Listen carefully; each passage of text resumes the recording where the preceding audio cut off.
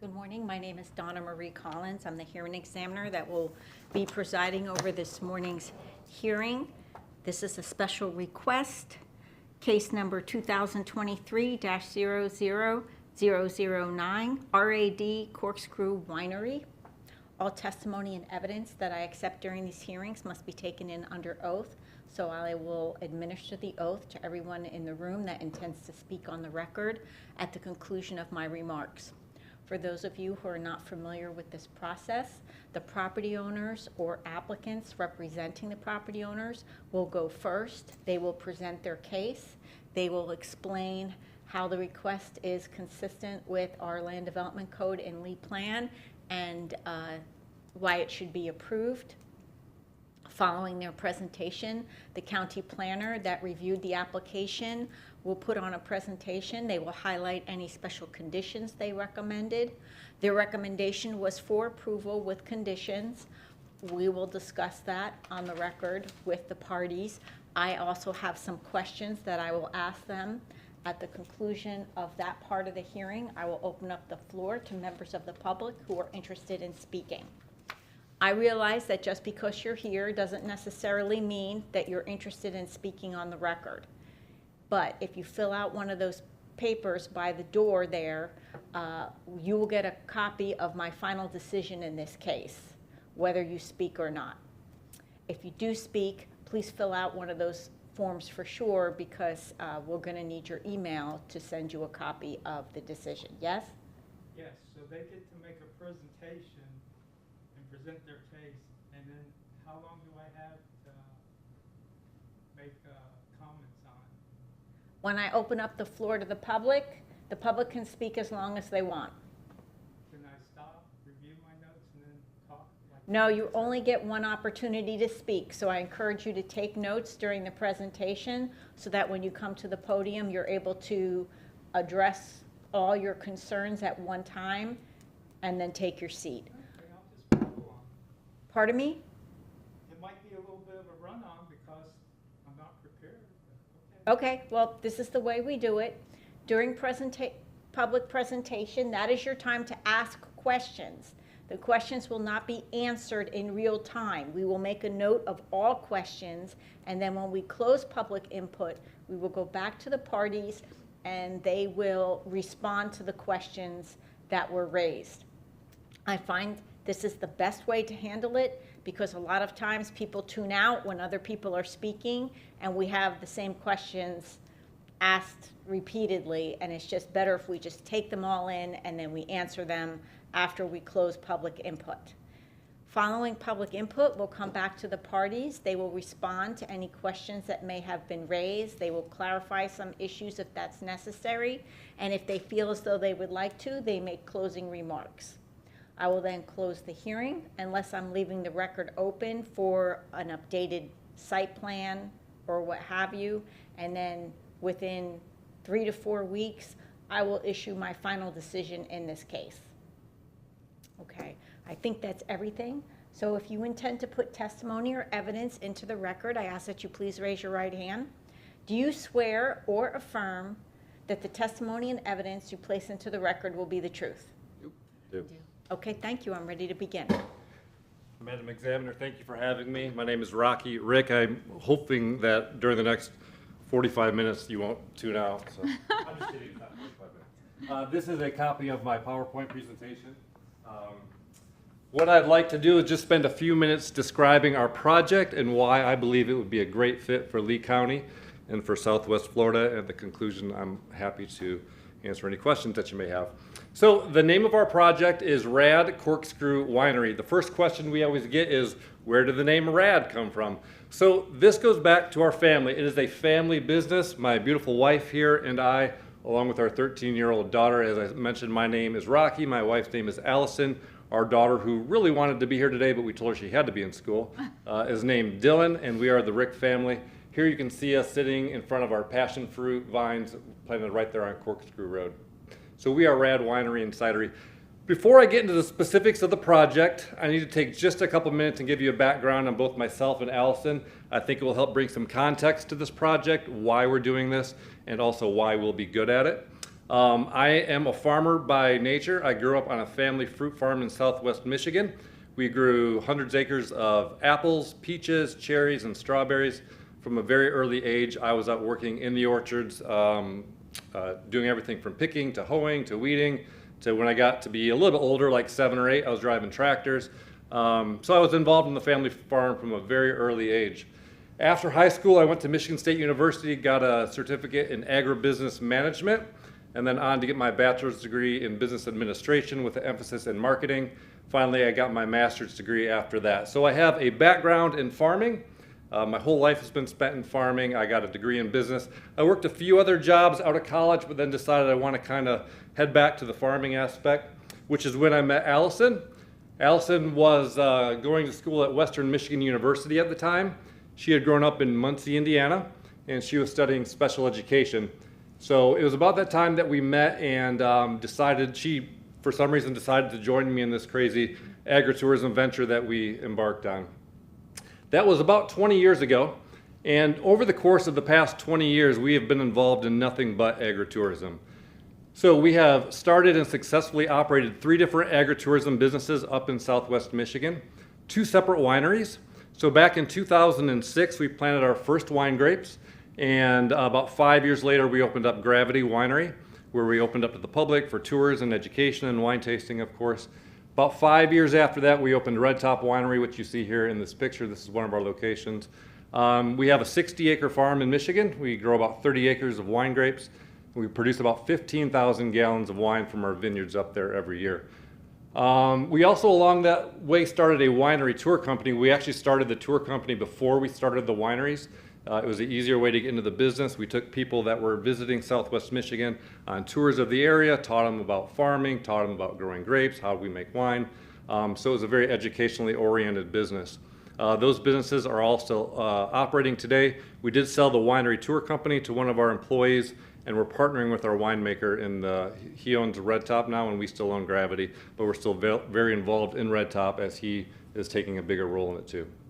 I go to Michigan about once every 6 weeks to just kind of oversee the process, but I'm not obviously needed there day to day since I live in Florida full time. Back in 2021, we decided to move to Florida permanently. We had vacationed down here quite a bit. When I was a kid, my parents purchased a place up in Lake Placid, Florida, so my dad could be in the middle of the orange groves on his vacation from the apple orchards.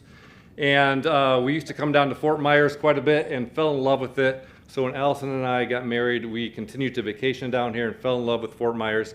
And so in 2001, we moved permanently down to Fort Myers, and we wanted to continue the ag tourism business down here in Florida, so we opened up RAD Winery in the Miramar Outlet Mall, which is still operational today. We give folks a chance to immerse themselves in the agricultural and winemaking experience there right in the middle of the shopping mall. They get a chance to see the process in pictorial form and hear about how the wines are made and to sample some of the wines. Shortly after that, we purchased the farm on Corkscrew Road, which we're going to be talking about today. And that is about 10 miles east on Corkscrew Road, 10 miles east of I-75. We purchased a 10-acre farm back in early 2022. A little bit of a broad overview. I'm sure you're all well familiar with this, but that's Corkscrew Road there. And then we've got where Alico dead ends into it. Here's our property. This is the new Verdana development with the new Publix that went right in. We are exactly 2 miles past Publix. Let's see. Here's a close-up of the property. The reason I wanted to bring up this slide was just to show you all of the wooded agricultural and wetlands that's all around us. That's the 10-acre property right here. We can see a couple ponds and then the plantings, which I'll talk about here in a moment. But that's the location of our farm that we're building the winery on. Some property details. It is about 10 acres. Roughly 8 of the acres have been certified by the Lee County Property Appraiser as bona fide agricultural property. We are currently growing passion fruit. We have a passion fruit vineyard right up here in the northwest corner. We're growing dragon fruit here in the northeast corner of the property. We have planted a fenced-in area that has about 100 raised beds that are all irrigated and, like I said, fenced in, where we can do gardening of different vegetables and herbs and spices. There's a 2-acre field right here that right now is open. We have plans to plant more passion fruit in it. We have the vines on order. They're supposed to come in this spring. and the idea is to plant this out to another passion fruit vineyard. We have a couple ponds on the property. Here's the building that we've constructed. And then in the very back, there's about 1.5 acres of what they call a resource protect wetlands. We have not touched that. To be honest, I've only been back there once since we purchased the property. There is a 6-inch well on the property that feeds all of the irrigation for the vineyards and the community gardens. It also feeds the water for the building. And we put in a 2,000-gallon septic system. We had engineering draw up a plan. They drew up a 1,000-gallon system, but I never wanted to have any issues with septic, so we doubled the size that the engineers recommended. So we have a large 2,000-gallon septic system. What is the Sure. red hatched area again? That's the parking area. So what we tried to do was to place the parking area kind of hidden. And so you come in off Corkscrew Road, come back the drive, and this is a nice wooded area that protects kind of the neighboring property from anything. It's a nice barrier. And so here's the parking area right in the middle of it. Folks would get out of the parking or the car and walk down the path. That's like halfway down. It's about halfway from the front of the property to the back of Go the back to property. the aerial, please. Sure. You can see Show me the area the on the parking lot is right here. The parking area is right in here. Okay. Can I go on? Yes. Okay. Let's see. This is the layout of the building that we constructed for the egg tourism. I'll walk through it here in the front part here. So this is the north to the left and south to the right, east to the top and west to the bottom. Here we have the visitor center demonstration. Okay, hang on a second. Sure. Where's north? North is to the left. Oops, I'm sorry. That was not the left arrow. So the left side is aiming to the north. Corkscrew Road is out here. Okay. And then the south or the back end of the property is further to the right. I've been through this a few times. Sorry if I'm going too quickly. Tell me to slow down. The front part here where you walk in is a visitor center demonstration area where we have lots of depictions of the winemaking process. It's where we intend to educate the public on the winemaking process. There's also seating for folks to do wine tasting in that center or in the opening part right here. Back here is our production room / walking tour. We have built this room for the production of the wines that we grow there on the property. There's tanks, barrels, everything that we're using to make the wines. We'll also hope to hold some more formal classes back there on agriculture, which I'll talk about here in just a second. And then we have a storage area in the back that's literally just what the name, we just store finished product and equipment and stuff back there. There are some restrooms that we built here, a couple offices. Along both ends of the property, or of the building, and along this side is a covered area that we have some seating for folks to be able to sit outside out of the sun. So no men's and women's room, was one? So what we have found from doing our businesses up north is we would build separate men's room, separate women's room, and the women's room always had a line a mile long of people trying to get into it because ladies, I guess my wife says, have to go to the bathroom a lot. So what she recommended is this time in the restroom, each restroom is an individual stall, and then there's a communal sink out here that everybody can use. This last restroom is a ADA restroom, so there is a sink and everything in that restroom. These four have simply the stall for the restroom with sink and soap and everything out here. But they're all individual rooms. They're all individual, yeah. Like with Okay. drywall all the way to the top. So if I'm understanding this then, there's going to be sale and consumption of alcoholic beverages inside the building and also on covered patio. Yes. Is that correct? Correct. Now, what are these markings that appear to be off the covered patio? So, yeah, so there's a nice pond here. My wife put out a couple Adirondack chairs for people to sit and enjoy the view of the pond. Okay. That's what those Will would be. there will be consumption of alcoholic beverages in that area as well? We won't be selling it to them there. I mean, if people take a glass and go sit it there, I assume they'd sit on the I'm grass. just and- saying that it should be, if that's what could happen, then it should be included. Okay, I believe that folks would probably take a glass of wine and sit in the chairs right off the edge of the concrete to enjoy their glass of wine. Okay, and is there any food and non-alcoholic beverage service? We have prepackaged snack trays that we sell, that we purchase and resell. We don't get involved in the food process as far as making food or preparing food at all. So prepackaged stuff. We also would hope to maybe occasionally bring in like a caterer or food truck to have some food available for customers too. Okay, proceed. Okay. So our goal at RAD Corkscrew Winery is really twofold, agricultural education and agricultural recreation. So for tours, we believe the best way for people to understand the farming business is to take them on tours. We have a lot of friends and neighbors that live along the Corkscrew corridor, and while they love living in their neighborhoods, they always complain to us that they can't have gardens or grow anything at all. And so the fact that we have the opportunity for them to see this and they can bring their kids out and take tours is one of the biggest assets that we think we can provide to the community.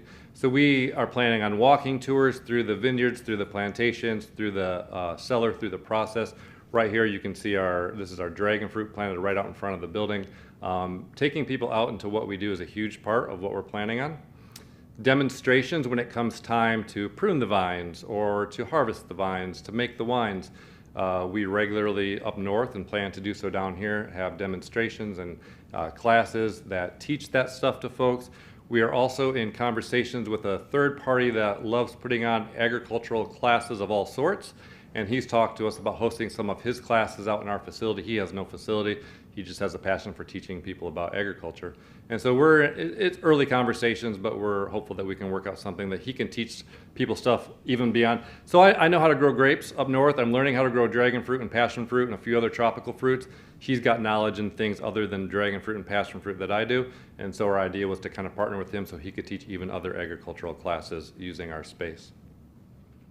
Hands-on learning, I briefly touched on that, but we like to get people involved in the process of harvesting the fruit, pruning the fruit, making the wines. I mentioned those raised beds that we have out back. Those are so that people can come out and do their own gardening, raise herbs and spices and vegetables, and they can be right hands-on with the process. And then recreation, of course, we believe that the setting that we have created is a beautiful setting for people to come out and enjoy the countryside with a good glass of wine. And so that is in conjunction with what we're doing as far as the educational aspect of it. So I'll walk through the different components of the Lee County Development Code and the Lee Plan and the Florida statutes. I'm not going to pretend to teach you guys anything about this because you know more than I do. My hope here is just to illustrate that I have spent a lot of time looking into these, and I feel that what we're doing is right in line with them. So Lee Development Code 34 states that agritourism activities are those activities defined that are directly related to agriculture and promote the intent of Florida Statute 570. They include passive and active recreational activities, educational activities, and classes, demonstrations, events, and tours. I've talked about the top 3 bullet points there. And then the bottom one talks about produce stands and sales of unprocessed and processed agricultural products. We are in the wine business and we make wines out of grapes, but we're also learning to make wines out of Florida fruits. Here is a picture of our passion wine that we are already making from passion fruit. It is a combination of our grapes from Michigan along with the passion fruit. Right now it's being made by extract. The plan is to use the passion fruit from our own vineyards to make that passion and other wines similar to that we're growing on the farm. In addition to that, we hope to sell, plants that we're growing there on the farm. We take cuttings of the dragon fruits and stuff like that we want to have available to the public. So no wine out of the dragon fruit? We hope to. I'll be honest, I haven't harvested enough yet to do that, but we have every intention to do so. Like I say, I'm fairly well versed in making wine from grapes. I'm learning how to do it from tropical fruits, but that is what we are planning on doing. We've had passion fruit wines before, and like I said, we make one, so I have a little bit of experience with that. The dragon fruit is brand new to us. So is this going to be just open to the public? Is it private parties only? I need a little more information. Sure, we plan to be open to the public during the hours that are outlined in the staff report. And so we basically will model very similar to what we do up north. Folks will come in on their own, usually in couples or 2s and 3s, and they'll come in and they'll get to experience the tours that we have, do some wine tasting. We also will have, like I mentioned earlier, set classes and demonstrations. Those will be things that people have to sign up for in advance and come out at certain times to do the more hands-on demonstrations.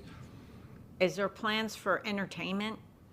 So we like to keep things pretty calm and serene. Our goal is to really that people can enjoy the countryside in the relaxing setting. I think if they want a concert or something big and crazy, there's lots of other venues to do that. That being said, we would like to have a small, one or two person band out there every once in a while to play some music. We keep it, again, really low key, so nothing loud, but yes, we would like to have a musician every once in a while. Yeah, I would have some concerns about the use of amplified sound outside, restricting the hours that could happen. Sure. You know, your place isn't going to be open that late, so I don't know how big a deal it is, but Yeah, so valid point. We are planning right now, and again, things are subject to change. I can't imagine it being later than this, but we're planning on closing at 6 o'clock on weekdays, and then on Fridays and Saturdays, probably being open till maybe 8 o'clock. Right. So it's not a late night thing. In addition, up north when we have music, we always end the music earlier than we close. We do that on purpose. It encourages the crowd to kind of finish up. That way we can be out of there when we say we're going to close. And so, for example, if on a Friday night we had music and we were open till 8, we would probably cut the musician off at 6 or 7 at the absolute latest, so that the crowd had a chance to wind down and head out before it got to be 8 o'clock. And with regard to your parking area, I was concerned because in the winter, the sun goes down early, and I'm wondering why I wanted you to show me the aerial was when people park there, they're gonna have their headlights on as they're leaving, backing out, or what have you. And I was interested to see what was adjacent to that area in terms of, you know, potential compatibility issues, but it looks like it's fully wooded, so. Right next to the parking, there's nothing but forest. Okay. All right, you can continue. Florida Statute 570 talks about agritourism. It's the intent of the legislature to promote agritourism as a way to support bona fide agricultural production by providing a stream of revenue and educating the general public about the agricultural industry. I don't need to keep repeating what I said about the classes and the tours and demonstrations. The stream of revenue comes from the sales of our wines, the tastings, and the carry-out wine that supports us being able to run this agricultural tourism business. Here you can see some more dragon fruit that we have planted. We planted those in the beginning of 23, so they're about 2 years old now, and you can see they're just starting to produce some fruit up here. LEAP Plan 1.4.5 talks about density reduction in groundwater. It includes upland areas that provide substantial recharge to aquifers. It does permit the use of agriculture. The back of the property, like I said, there's about 1.5 acres of wooded wetland area. We haven't touched it and have no desire to touch that. It's not anything we're doing with. This is a, to further answer your question, this is the corkscrew road's over here coming in off the drive. The parking lot is back in here, and so you can see this dense forest that's all surrounding the parking lot area. And then LEAP Plan Goal 33 talks about protecting Southeast Lee County's natural resources. Allowable land uses include agriculture. Well, we all know that Corkscrew Road is being developed heavily and quickly, and there's lots going on with all these developments and neighborhoods and Publixes and new developments that are going to happen just past us. And so what we're really trying to do is preserve a little bit of agriculture and rural setting in Southwest Florida. And here you can see my daughter and I working with bromeliads. We've chosen to plant a lot of bromeliads all around the property because they're native to Southwest Florida, and we're trying our best to keep it a natural setting while also enhancing it, making it look a little bit prettier than we found it. So in conclusion, I believe that RAD Corkscrew Winery is consistent with Florida Statute 570. I believe that we are in line with the LEAP Plan and the Lee Development Code. We have already been certified as a agritourism business by the Lee County appraisers, and I believe that we will be a great asset to Lee County and all of Southwest Florida. Okay, is the building existing yet or not yet? Yes, we have built the building. Okay. And what it's being used for right now? Largely my office, and which is a big building for my office. We do stores. I have I mentioned that we have a tasting room in the Miramar Outlet Mall. I received a permit from Department of Alcohol, Beverage and Tobacco to store some of the product out there. So I do store some of the product for the store there. Beyond that, we're not really using it for anything right now because we're hoping to use it for this. Okay, and then can we go back to your exterior site plan? Sure. Okay, and just review with me Yeah. the traffic circulation plan? I assume this driveway is going to be improved to accommodate traffic in both directions? Yeah, so I'll walk you through what we got. Corkscrew Road starting up here at the top. West is to the left, east is to the right. Here's our drive coming in off Corkscrew Road. This drive is it's covered in 57 stone, which is a small, it's typically used for driveways and parking lots that are out in a rural setting. It's a very small stone, it's a nice covering. It's about 20 feet wide, and so it can currently, I mean, it's wide enough to take traffic going in both directions. It winds back here, like I said, past the dragon fruit, past the passion fruit, about past this pond, about halfway to the back of the property. And this is woods that we have on our property just to the north of it. A little bit of woods, and then the community gardens to the south of it. And then this entire property on this side is all dense forest. And so, but again, the drive currently is 20 feet wide at its narrowest spot, so it can easily accommodate two-way traffic. Okay, thank you. And will the parking lot be improved with what exactly? So it's currently that same 57 stone that covers the driveway, which is a recommended material for rural settings for driveways and parking lots. And do you have a development order already for all this? No, a development order, no. Okay. We have the handicap parking too. I don't, no, I'm You have to sorry. do like a stabilized, So to my understanding, and I have to be careful because I'm this preaching is to like a people who know better. permitting issue, so not so much me, but I'm just So curious. my understanding is that when you have a property that's certified as agricultural use by the Lee County appraisers, it gives you the permissions to do things differently than commercial permitting process. And so I received a building permit to put up the building, and that was how we put up the building. Even that, I was told after the fact that an ag use building doesn't need a building permit. So I've heard different things on it, but I have never once been told I needed something special to put stone I down. just want to let you know, you might need something special because now that the use is going to be morphing into kind of a commercial enterprise where you have business invitees coming in to consume beverages, et cetera, there may be some requirement. I with regard understand, and to the I'm, So I just want to give you a heads up. Like I say, it's not relevant to what I'm doing here, but I want you to be aware. I would hate to see you in front of me in a code enforcement setting, because I do that too. So I just want you to make sure you inquire about that before you open for business. I appreciate the heads up. All right, let me just check my notes here quickly.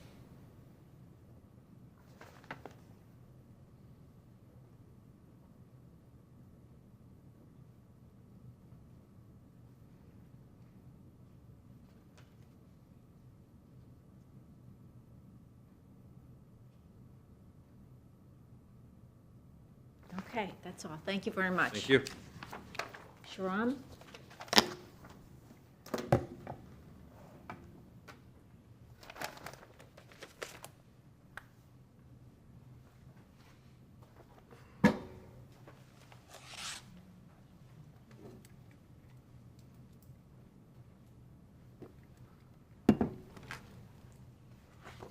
Good morning. Sharon Badamchian from Lee County Zoning. My resume is on file. I was recognized as expert in zoning and land use issues. I would like to be recognized as such. Yes. This time. Thank you. Please proceed. The request for a special exception for a consumption on premises. Agritourism business is allowed by right. Well, this morning I heard some of the presentation that made me a little bit worried. And we are just talking about allowing them to have wine tasting and having basically consumption on premises. However, the master concept plan or the floor plan that's in front of you was not part of the application. This came in 2 days ago via email to your office. We had a different site plan, which did not include the seating on either side and did not include seating by the pond. That's the reason we have a condition saying that the seating is limited for consumption to the covered patio 10 by 100. now we are adding additional areas, which we never reviewed. Well, there's the area next to the pond. Plus that. And if you go to their website, they also show some seating area outside of the patio on this side. They are showing some seating area there. I know that's artist rendering and may not be accurate. It's just for advertising purposes. And other thing that I heard this morning, I was not involved with this project from the beginning. I ended up getting this from someone else. What I heard this morning, that the building was built expressly for this purpose. And Florida statute 193-461 says an agritourism activity does not include the construction of new or additional structures to facilitate or facilities intended primarily to house, shelter, transport, or otherwise accommodate members of the general public. An activity is, I guess it's an activity in an agritourism activity, whether or not the participant paid to participate or not. Basically, or the state statute This says. building is existing already. The building's existing. Correct, but it wasn't, that's what I'm saying. I'm not saying that it's not existing, but it doesn't sound right that they build the building expressly for this purpose when the code says has to be existing building to be, that they are using for agricultural purposes and have the agritourism activity in there. Well, they are But- making their wine there, though. Yeah, but the presentation said that we built this and it's a big building, and that goes a little bit against the Florida statute. That's one thing. Are you requesting a continuance to further evaluate the application? No, ma'am. No, building is agricultural building. It's just, Well, with regard to the. I wish I hadn't heard what they said.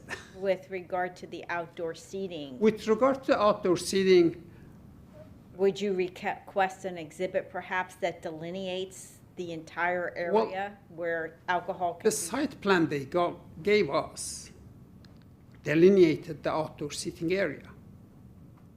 This is a new one that came to your office 48 hours ago. Okay, so This is not part of their application. what I'm asking you is, would you like a continuance to have additional time to review a site plan that indicates all the areas they intend to have alcohol Well, consumed?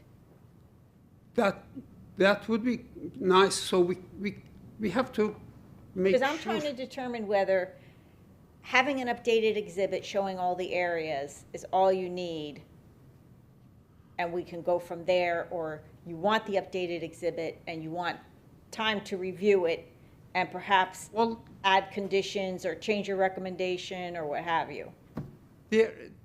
I don't plan on adding any additional conditions, just modify the conditions that we have, saying that outdoor consumption is limited to 10 by 100 feet of covered patio in front of the building. But we need to know exactly where it's going to take place, that consumption. Right, I mean, I So feel as we though- we would need it. Okay, if people are gonna be consuming alcohol outside the covered patio, that area needs to be shown on a site plan, okay? Just, it's important to have that so that there's an understanding of where the alcohol is going to be consumed. That can be done through supplementing the record. What I'm asking you is, do you need more time to review that plan? Well, if they gave it to us, it wouldn't take long to review for us, for Okay. me. I can look at it and send it to your office within 48 hours. Because I can complete the hearing today and leave the record open for this supplemental drawing for your review, and then based on your analysis, I can either render a decision or I can reopen the hearing for additional, Okay. Well, all I need is a site, the floor plan to show where exactly the outside okay, consumption is going to take place, the area delineated, and, we know how many square feet they're going to use. okay. Because I'm looking at this plan. This plan is not to scale at all. I mean, Right, so we need more detail. we need more detail, and we Well, we need, need a site plan that shows the whole property and the bubble area of where alcohol will be consumed. And do you also need this to be part of the approval, this floor plan? That's not usually what we do, but I mean, we can include a floor plan well, and we ask that it be to scale. usually include a plan showing the area of outdoor consumption. Yes, So that's, that could be depicted on the site plan. on a 10-acre site, it's real hard to depict. We need some kind of close-up Okay. to show You the wanna dimensions. A full plan and then a zoom in. Yeah, we need I a mean, plan- if we they need- give something like that with showing the areas, that's fine with me. Okay, well, we're gonna need a site plan because that's what you need for special exception, so we still need that. But what I hear the planner requesting is a more detailed rendering of this with the area around it where people are gonna be sitting in chairs and consuming alcohol, if they choose to do so. Understood. Okay, Another thing I heard was they're gonna sell plants. It's like retail nursery, and that's another issue, but hopefully it's not gonna be the main business, it's gonna be on the side because it's like ancillary to the use. Because it's exceeding, okay, well, we'll ask him to elaborate on that, and depending on his answer, maybe you should continue the hearing so that you have more time to become familiar with this case. now, I'm familiar with this case based on the application and based on the correspondences we had. But we had some new information today that they were not in the application. Well, that's what I'm saying.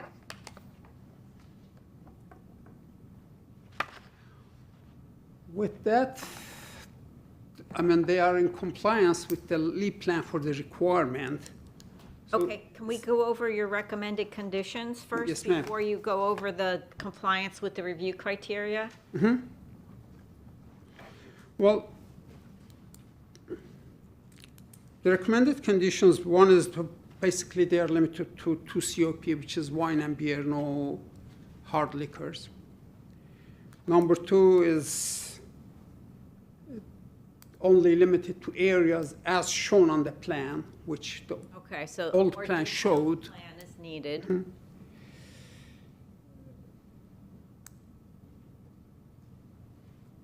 The number 3 is all basically the same. It's just giving more information saying that the area is 10 by 100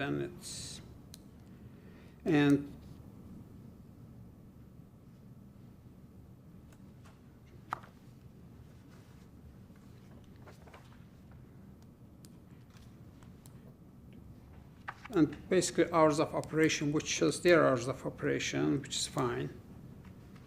And the property must, and they have to have ag exemption. If there's a break in the ag exemption, they lose their ag exemption.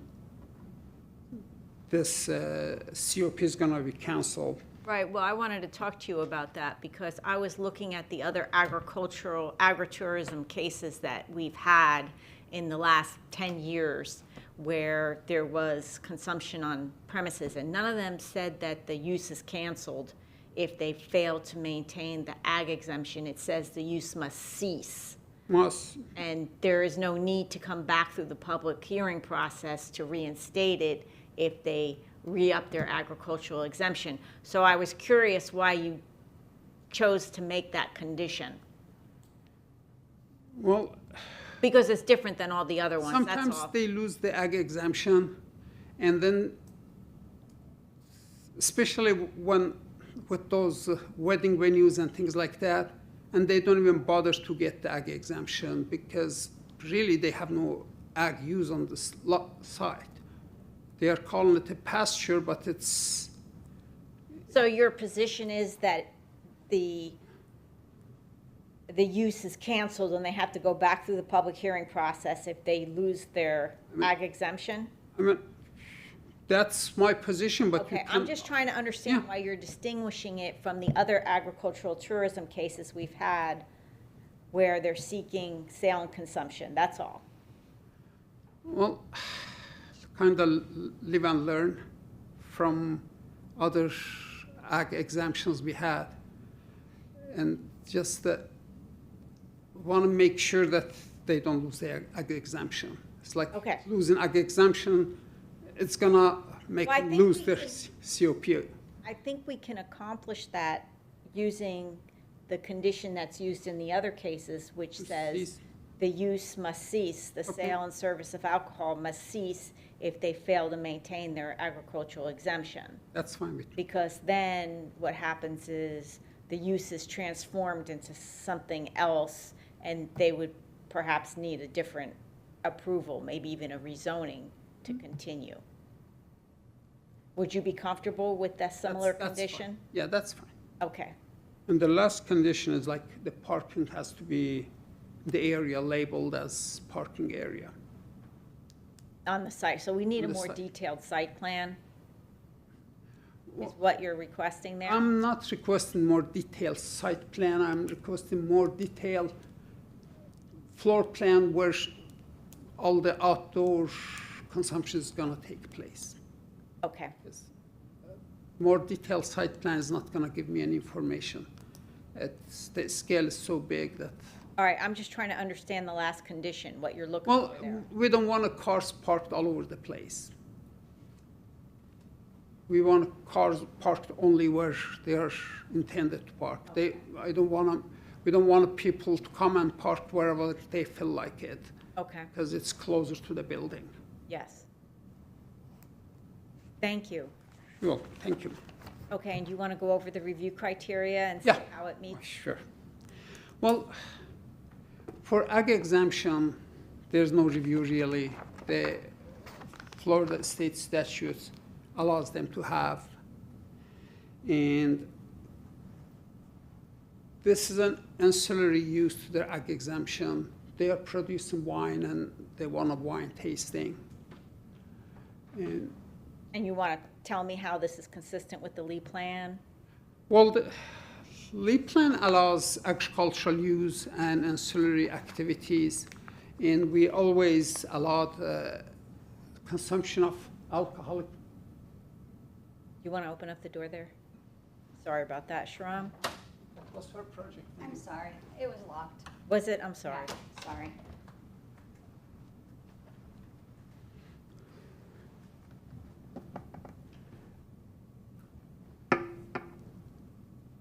I'm ready for the comp plan.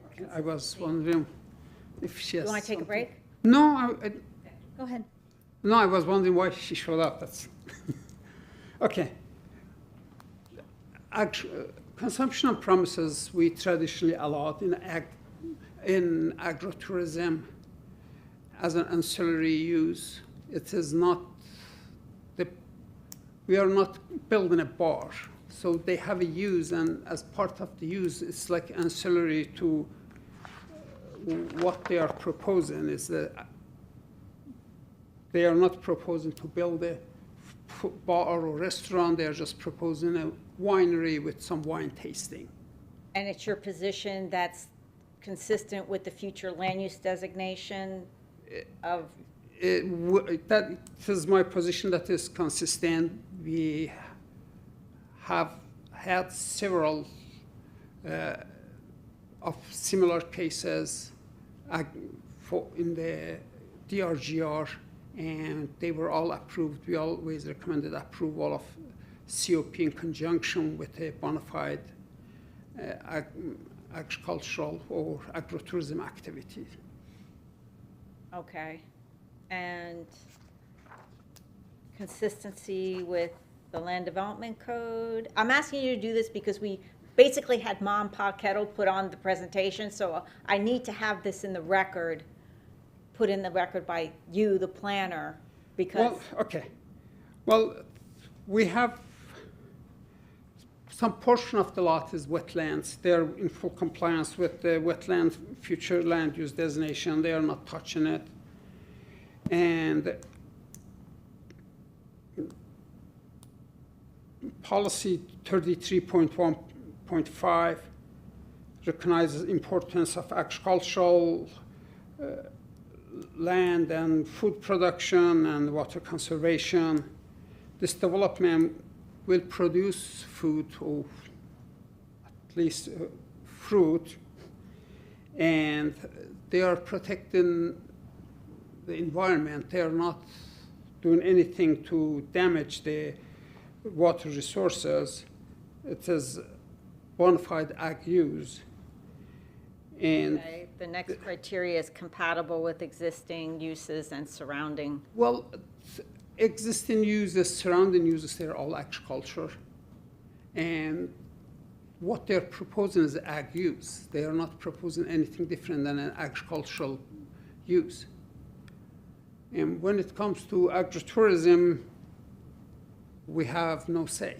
It is state statute. They're allowed by right to have it. Okay, the next criteria is will not be injurious to the neighborhood or detrimental to public Okay, you want me to go welfare. through my staff report? Yeah, it will. I mean, it's a low-intensity use.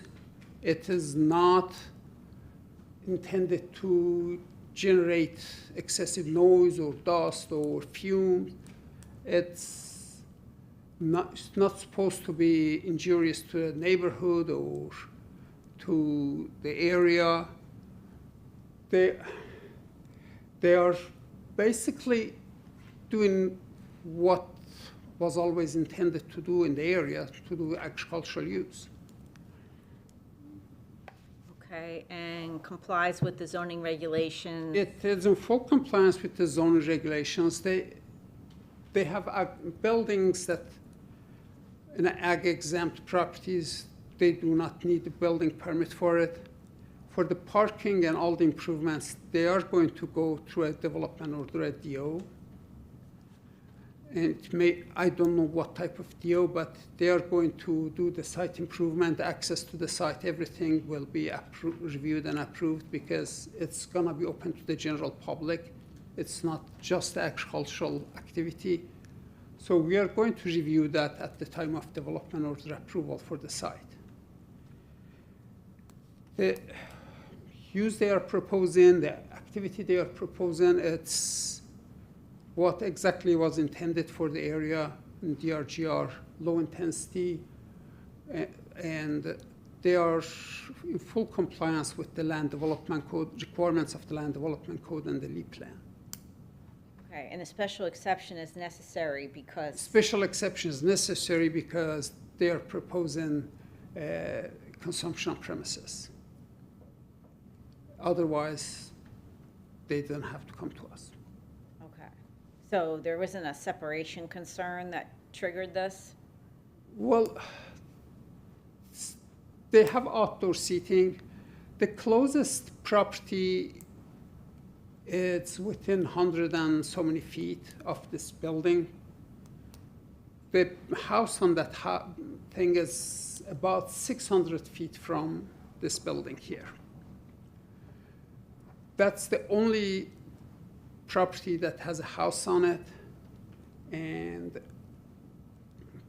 as I said, it's 100. 230 is what your report says. Your 230? report says 230 feet is the property line, 640 feet is the house. Okay. So 230 feet from the 40. property. So 240. that's what triggered the need for the special exception? That triggers the special exception requirement. They are Was this less than proposing 500 feet? less than 500, they are doing outdoor consumption, yes. All right, thank you very much.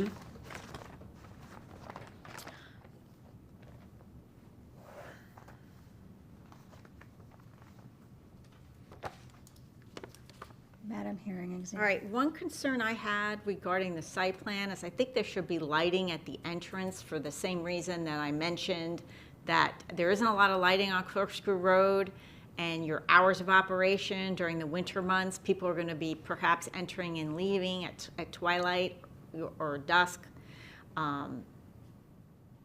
That's a long stretch of dark road there, and I think some sort of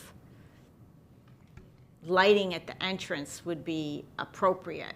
I don't know what you're probably going to have to get a development order because you're going to be having the public come to this place.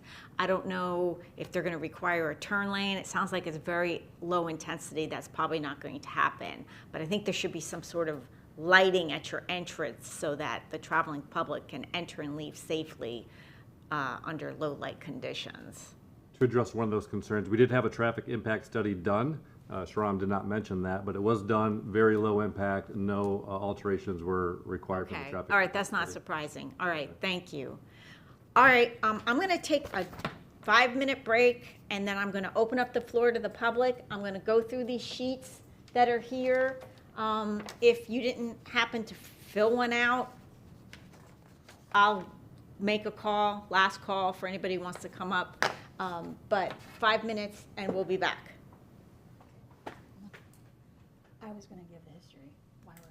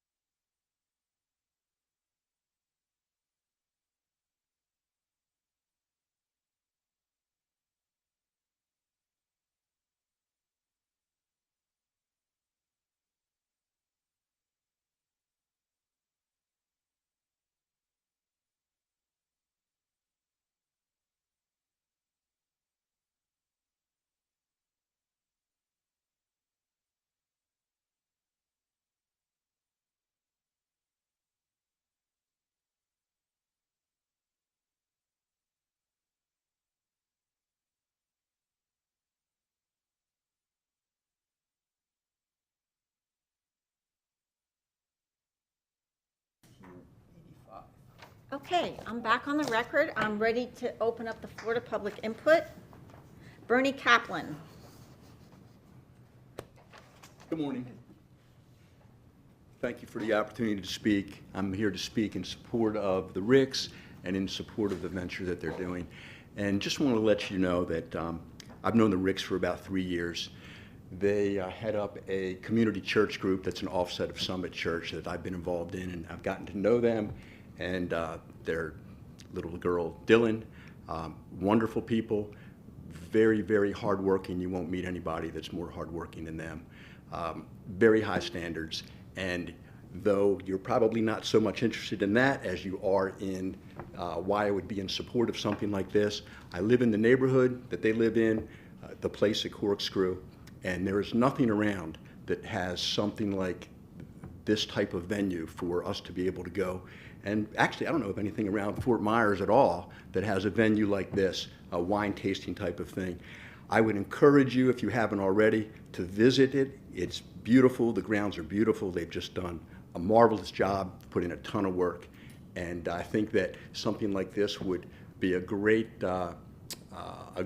asset to the community, not only to the community right there at the place and Verdana and everything that's going to be built further east, but also to the folks that are closer to 75 and even beyond 75. There's just nothing around like this. So I'm hopeful that that you all will approve this, assuming that they have met all the requirements, which it sounds like, though I had a little difficult time following the planner, it sounds like they met all the requirements, and I'm just very hopeful that this will go through and go through quickly for them. So thank you for your time. Just so that you know, with agritourism, businesses are favored by the statutes and favored by the LEAP plan and land development code, but we are permitted to look at off-site impacts. So this is my focus during this hearing, more the conditioning than whether the use is permitted, just so that you understand. Thanks. Understood. Thank you. Todd Van Dunn. Oh, I hope I said your name right. Perfectly, thank you. Thanks for the opportunity to talk. My name's Todd Van Dyne. I'm here in support of RAD Winery and the Rick family. I've known the Ricks for 2 years. We are neighbors, just like Bernie said, at the place at Corkscrew, approximately 3 miles from the new site for their new winery. I met Rocky in our community gym, where he's a constant fixture, always friendly and disciplined, and a disciplined weightlifter. I met Allison on the pickleball courts, an excellent athlete, but even more gifted at being inclusive and just a fun person. I played tennis with their daughter Dylan, as well as the whole Rick family. I say this to show that they're involved in an integral part of our community at TPAC where we live. Like Bernie said, the Ricks, as well as Jeff and Jeannie Kleit, run a neighborhood Bible group in our neighborhood, as well as in Jeff and Jeannie's home. We've gotten to know the Ricks and around 20 neighbors who live at TPAC, the Preserve at Corkscrew, and Wild Blue. Our Bible group is more of a family where we share the Word of God and have made so many deeper relationships that now function outside our weekly meetings. As Rocky said, the Ricks and Bernie, the Ricks operate RAD Winery and Cidery at Miramar Outlet. I bring it up to something that I found very impressive. Well, first off, if you've not been there while you're shopping, please do. It's fun. It's a nice time. I took my best friend from Indiana there. We had a great time. The employees were friendly and knowledgeable, and I know this tasting model will be used at their winery on Corkscrew. Here's the part I found most impressive is they signed a 5-year lease at the Miramar Outlet when they moved here. Again, I feel this shows they're rooted to the Estero community and committed to making this venture work at their new venture. I had a lot of details here about what Rocky went over much better than me, so I'm going to leave it. I'm not going to say much about their winery that they own in Michigan or their tasting room, but I would like to add, I've seen Rocky out there at least on 4 different occasions. We call it sweat equity back home. So the part where he says that he's a farmer, I'd just like to mention these things. 2 times I've seen Rocky in his field tending and caring for his passion and dragon fruit by hand. Once pruning, and on another occasion, out between the plants, cutting his grass with an industrial-sized gas trimmer on a blazing hot summer day. Quite impressive. I know that these crops will be used at RAD's in their ciders and wines. I also like to say, as far as community involvement, the rendering that was shown up there was made by, there's the door front, Jeff Kleit. So again, they're very involved with their friends in the community, and the whole door was made by Jeff Clyde over there. It was very impressive, even though he won't take credit. In closing, Rocky is a true farmer, and the Ricks are faithful stewards of their finances and not afraid of hard work. In closing, I fully support this new business venture. It is beautiful to the eyes. It will be a relaxing venue for people to visit with their family and friends. And once RAD is fully operational, it will be a place that residents and seasonal visitors will go to spend their entertainment dollars right here in Estero, or at least in our area called Estero. This will help our local economy.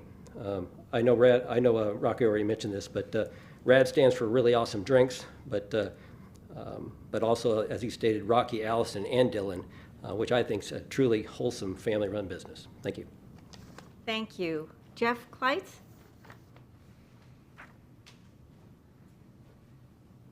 I want to also thank you for giving us the time to speak. And I won't go over what those two already have, but we're on the same community group together, affiliated with Summit Church. And my wife and I bought property here in 2017, Lee County, and we had the good fortune to be able to retire a couple of years ago, move here. And one of the things our church does, a little different than what we're used to, is there's Sunday services, and then through the week, there's no services. You meet in the community in small groups. And Rocky, and at the time, we were looking to get hooked up with one of those groups. So they pointed us to Rocky and Allison, and they invited us in their home for the first time, never having met them, never having seen us before, and welcomed us with open arms. And, I won't belabor it, but, these two, character-wise, are fantastic people. They show love for one another and their daughter, Dylan. They're successful business people already. We want to see them be successful here in Florida as well. So for me, I think the most important thing about these two is their love for their Lord and what that means to them in practice. And that's just not a Sunday talk thing to them. It's real. It's day in, day out. And what that means to them is I see this, they see this as an opportunity to further reach out to their community like they did to Jeannie and I the first time we came to their home. So when it comes to character, you're talking about alcohol sales and use, and that can always be a, touchy thing. I don't think you have a thing to worry about, because the way they run their business, the way they do things, it will be done right. It will be done proper. There won't be anything done that the neighbors shouldn't have to worry about. I have utmost faith that these two will do everything according to whatever is finally decided they need to do. So I just thank you for this time, and I hope these two get to make their living here doing what they really want to do. So thank you. Thank you.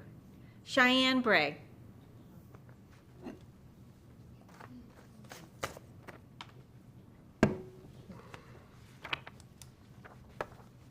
Yeah, my home is on the adjacent property, and I'd like to read an article from the Gulf Shore Business from June 27th, 2023, and it's quoting Mr. Rick. He says the winery will be a 5,000 square feet building with plans to host garden events, live music, and food trucks, plural. And this is a quote, "You name it, we'll probably try it all." This is what Rick said. I just want that on the record. And I think they've already invested over $1 million in the property. I think they're putting the cart before the horse. And as long as this all is going to be on the public record, he's bought property that was illegally cleared and filled, because I've lived next door. Okay, that's not relevant to No, this but it's gotta be proceeding. on the It's record only on here. this property and potential off-site impacts that I can focus on. Well, I want it on the record because it's now. I've talked to him in person. They're talking about his moral character, and he's going to grow food supplies on something that's contaminated, and the county passes it. The county's going to be held responsible. And I have to say something about it, because if somebody gets sick, it's on me. They cleared it illegally, not him, the previous owner, and the county brought the fill in for the fill, and they had to stop it.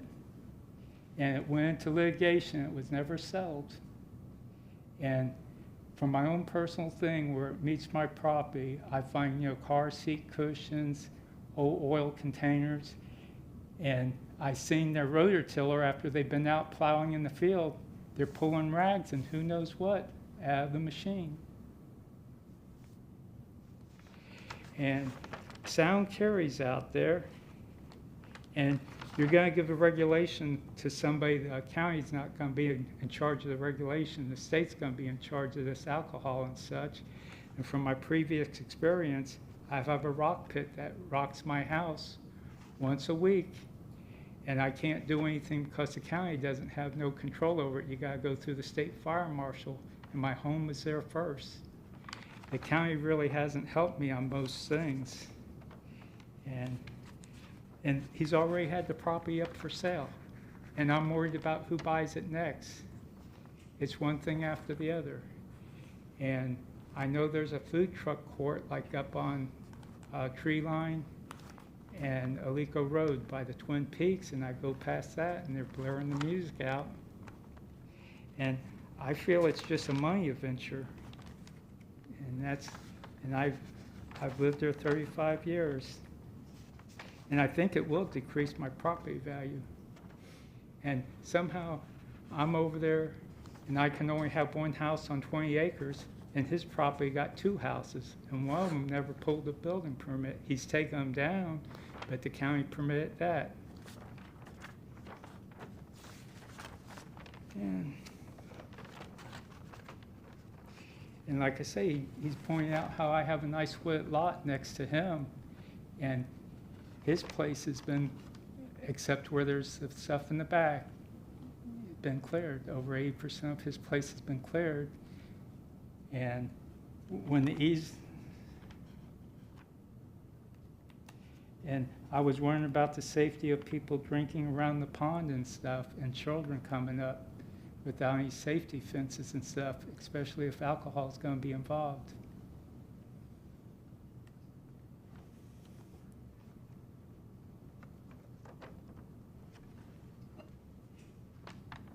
And I feel like I'm going to have a commercial factory next to me because he wants to produce and bottle wine there.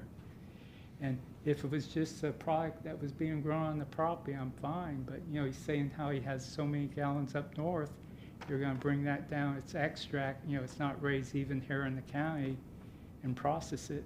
So I get a commercial factory next to me.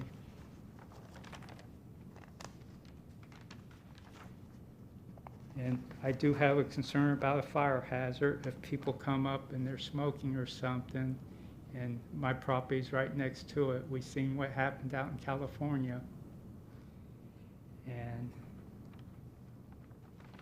And on my previous occasions, when I pointed out problems I was having with people that came up there, I had to do it twice, and then I have to wait for them to be there and call them over to my fence line. And I feel like he doesn't take immediate responsibility for the people that he brings up, and he's going to bring more people up. And like I said, I feel the environmental study wasn't done correctly.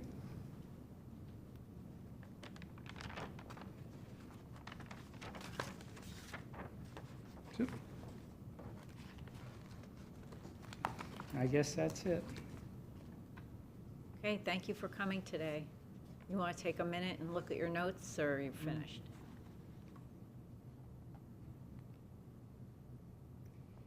And, well, my sister felt like the traffic thing wasn't correct because she feels we get more traffic on the road than the traffic study, reported. And she's saying it affects my mom's style of life.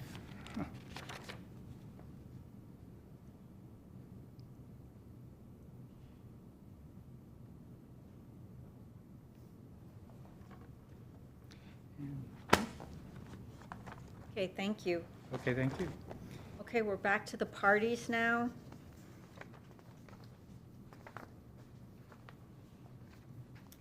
Let's talk about the more detailed site plan we're going to need. This site plan is fine. What we need, another site plan that basically shows as a bubble the area where people can consume alcoholic beverages outside the overhang area. And it's perfectly fine for you to have that happen outside the overhang. There's many other businesses in the county that do that, but it needs to be shown on the site plan. Understood.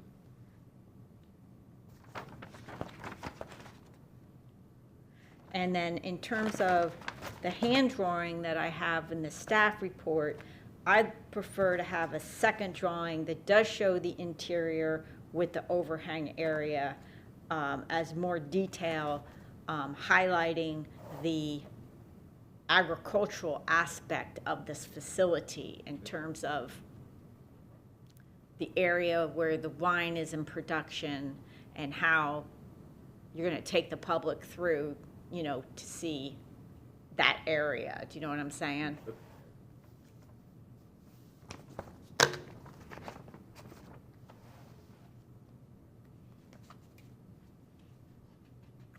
And then in terms of conditioning, I did mention some of the things I was concerned about. Of course, we already mentioned clearly depicting the area of sale and service. I believe your suggested hours of operation are reasonable. You are permitted under the Land Development Code to have a permit for a temporary event 4 times a year that would exceed those hours of operation, but you have to go through the temporary permit process, okay, just so that you understand. Regarding the parking area, I mean, and lighting, fencing, amplified sound, signs, and traffic circulation, I think we talked about that. I think we have enough information. I may require something limiting with more detail some of those aspects, but other than that, yeah. One thing that Shram didn't mention from his report is that there is a noise ordinance in the area that's fully enforced by the police department, and so I seem to read the staff report as stating that that noise ordinance was sufficient enough to monitor any amplified sound. Yeah, during your business hours, but I feel as though there should be a cutoff in time when you can amplify sound outside. Sure. So I probably will recommend that, all right? And it wasn't clear to me whether the property is fenced. Is it fully fenced? There is a fence around it, but I mean, it's a cattle fence. It's not a. Okay, all right. And then let me rephrase that. The 3 sides, not Corkscrew Road, there's no fence on Corkscrew Road. Okay. So in the wetland area in the back, There's a cattle there's a fence around fence it. before the wetland, I'm assuming, Yes, right? correct. Yeah, okay. All right. Okay, so I'm going to give you time to provide that. You would submit it to staff, and then they would submit it to me. So they would review it, stamp it, and it would come to me, and then I would incorporate it. I have 1 or 2 cases ahead of you, but I feel as though I'll be able to get something out on this within the next 3 weeks. The sooner you get me that information, the sooner I can work on the case. It sounds like it won't take you long to provide that information that I'm looking for. So let's talk about how long we're going to keep the record open. And like I say, I encourage you to submit it before then. Today is the 13th. Why don't we say before end of business on February 28th? Okay. And as soon as you submit it, you can be the next case that I review when I'm finishing up what I'm working on. Okay. Thank you, everyone, for coming. Ask one question. After Yeah. I resubmit that, is there another hearing, or No. is it just is something? No. Okay. Okay. Thank you. Thank you, everyone, for coming. That concludes the hearing today. Thank you. Thank you.